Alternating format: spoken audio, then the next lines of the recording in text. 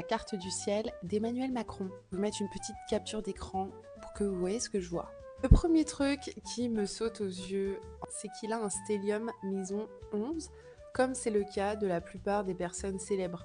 Donc stellium maison 11 en Sagittaire, déjà que le Sagittaire à la base, il aime avoir une audience. Maison 11, c'est la maison de la communauté, de la reconnaissance publique, de l'audience.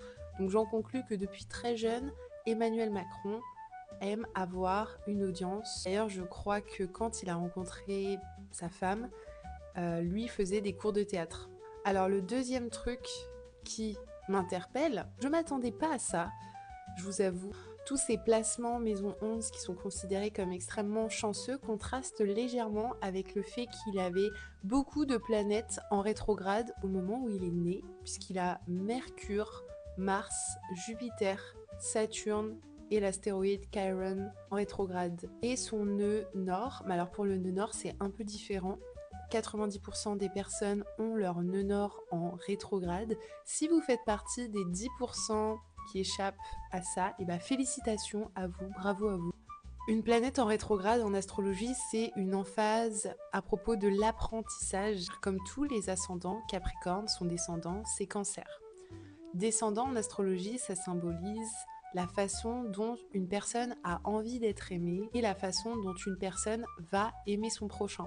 Il a donc son descendant en Cancer et ça me fait légèrement sourire puisque Cancer, c'est un peu la maman du zodiaque.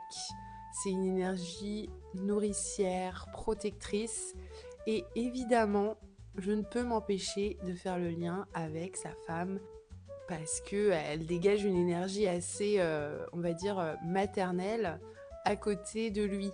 Je serais curieuse de regarder maintenant la carte du ciel de Brigitte Macron et de voir dans quelle maison Brigitte Macron a Taureau. Et la raison pour laquelle je dis ça, c'est que Emmanuel Macron a sa lune en Taureau et il a également Chiron en Taureau. Donc ici, il y a un fil conducteur, il y a une histoire entre sa lune et l'astéroïde Chiron qui communiquent entre eux sur le signe du Taureau. Je vois qu'il a Mercure en Sagittaire et Mars en Lion, ces deux placements qui évoquent la spontanéité. Emmanuel Macron a son nœud nord en Balance maison 8. Alors si j'avais un conseil à donner à Emmanuel, ce serait vraiment d'essayer d'incarner cet esprit vénusien de l'archétype de la Balance, de la polarité yin.